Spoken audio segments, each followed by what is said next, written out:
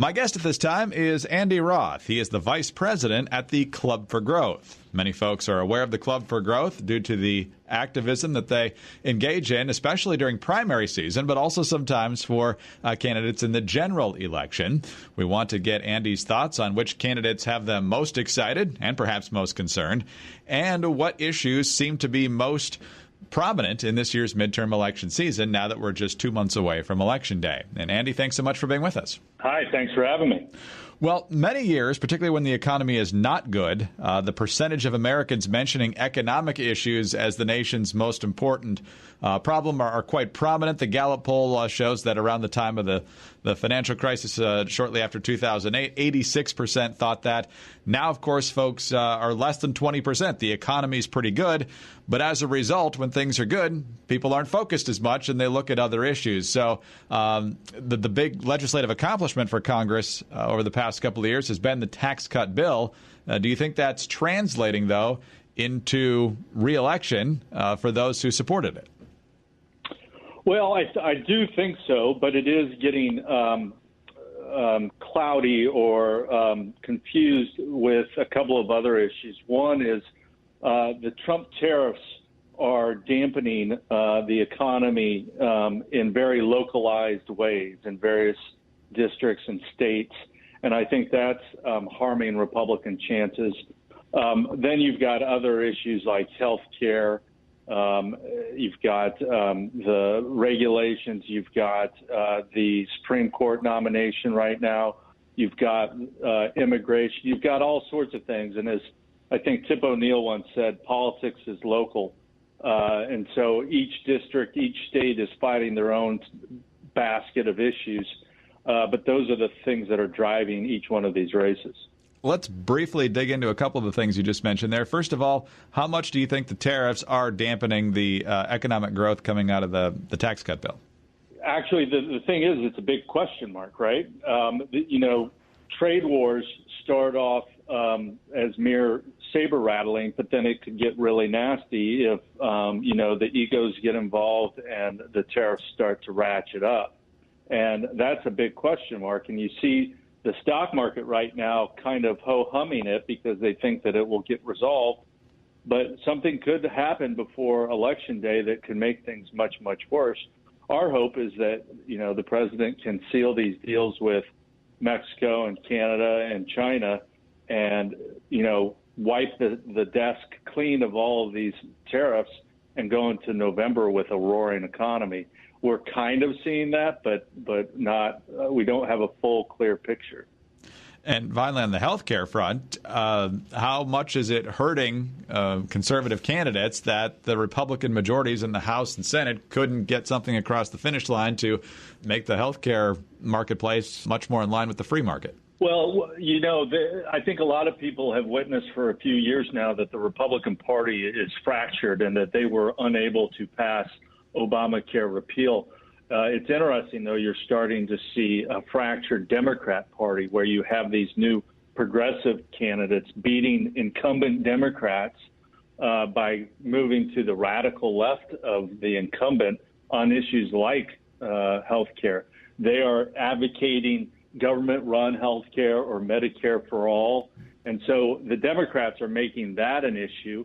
And Republicans are happy to oblige when it comes to Medicare for all because it helps them not have to talk about the fact that they couldn't repeal Obamacare. I should mention that after Senator McCain's passing in Arizona last week, his successor is John Kyle, who is much more conservative than McCain is.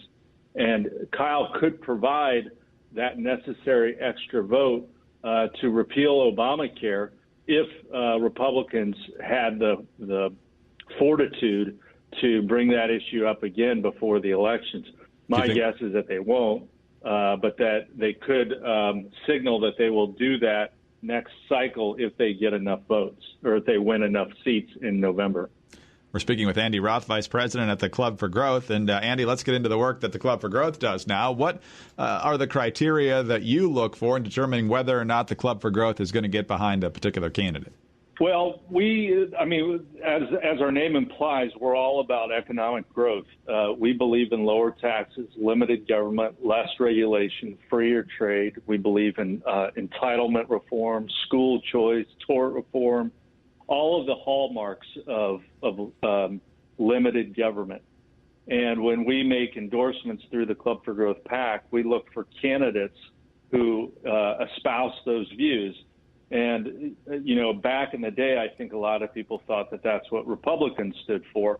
But as most people know now, it's hard to tell what Republicans stand for. So the Club for Growth PAC gets involved mainly in Republican primaries, where you have a principled economic conservative running against usually an establishment Republican who is more about advancing their career than advancing principled economic policies. And so that's where most of our activities lie, are in GOP primaries. But now that the primary season is over this cycle, we have pivoted to the general election, and we're very active in a lot of House and Senate races. How did you do in the primary season? What do you see as some of the big wins you might have had, and which candidates on the general election ballot are you most excited about? Yeah, well, definitely in the Senate, Matt Rosendale in Montana was a great win in the primary. Josh Hawley in Missouri was an excellent win. And then Marsha Blackburn in Tennessee, we got in early enough and were able to help her clear the primary field so that she didn't even have one. And in all three cases, they are in competitive Senate seats where they have a very good chance of winning. The two of those seats, they're going to beat a Democrat. And in Marsha Blackburn's case, she'll just be holding the seat because it's currently held by a Republican. In the House, I know that a lot of people don't really know these names as household names, but we had a lot of success helping a handful of candidates across the country win in House seats like in Texas and in Florida and Idaho. And while people won't know their names or remember them, they can rest assured that they're going to go to Congress and they're going to fight for limited government. And that's what's really exciting to me, are those little House races that a lot of people don't pay attention to. We had a lot of open primaries on the Republican side because there were a lot of Republicans retiring this cycle for a variety of reasons. So that meant a likely Republican victory in November, which usually brings a pretty crowded field. So how did you guys fare in picking candidates in some of those races where the field was pretty aggressive, but whoever emerged was likely to end up in Washington? Well, your initial point is a good one. This was a record year for retirements. Going back to the year 2000, you basically average about 25 Republican retirements in the U.S. House, almost to the number every cycle. It's almost uncanny how it's 25 every cycle. And this year it was well over 40. I think a lot of that is just absolute frustration, even by the lawmakers' part, for not wanting to deal with the way D.C. operates anymore. So you're right. It presented the Club for Growth PAC a lot of opportunities where we could find conservatives and help them get elected. Unfortunately, it takes a lot of money to run a House race these days. And so we weren't able to play in a lot of them, but we were able to play in, well over a dozen. And, each race is different. There were very conservative races in Texas. There were 6 of them, actually, because there were 6 open seats.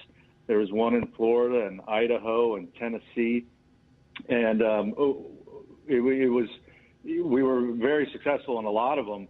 But it just goes to show you that there are so many opportunities out there to upgrade the House and improve the so-called hygiene of the Republican conference there, and we just got to keep after it cycle after cycle.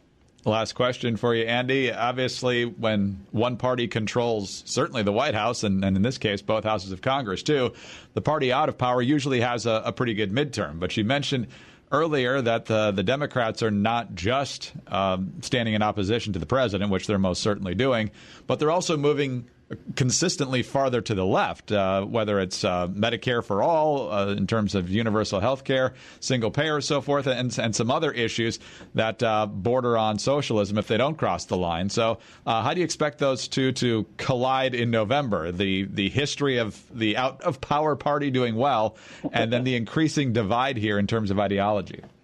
Well, the map is stacked up against the Democrats in the Senate. You're right that the party out of power usually does well in the first midterm election, but that's not going to be the case in the Senate. The Democrats have to defend 25 seats, and Republicans only have to defend 8. So Republicans are clearly on offense. I think that they're going to win seats in places like Indiana, Missouri, North Dakota, possibly Montana, possibly West Virginia, but they may lose in Arizona and Nevada, and heaven forbid, maybe even Texas. But I do think that Republicans will still end up picking 1 or 2 seats up, if not more. In the House, the typical empirical evidence stands true. I think Democrats are going to pick up seats. Republicans even concede that. It's just a question of whether they're going to pick up enough seats to take control of the House. Republicans can afford to give up 23 seats, and I bet every political pundit in town will tell you that it could be a little bit above that, a little bit below that, or it could be a big Democrat wave.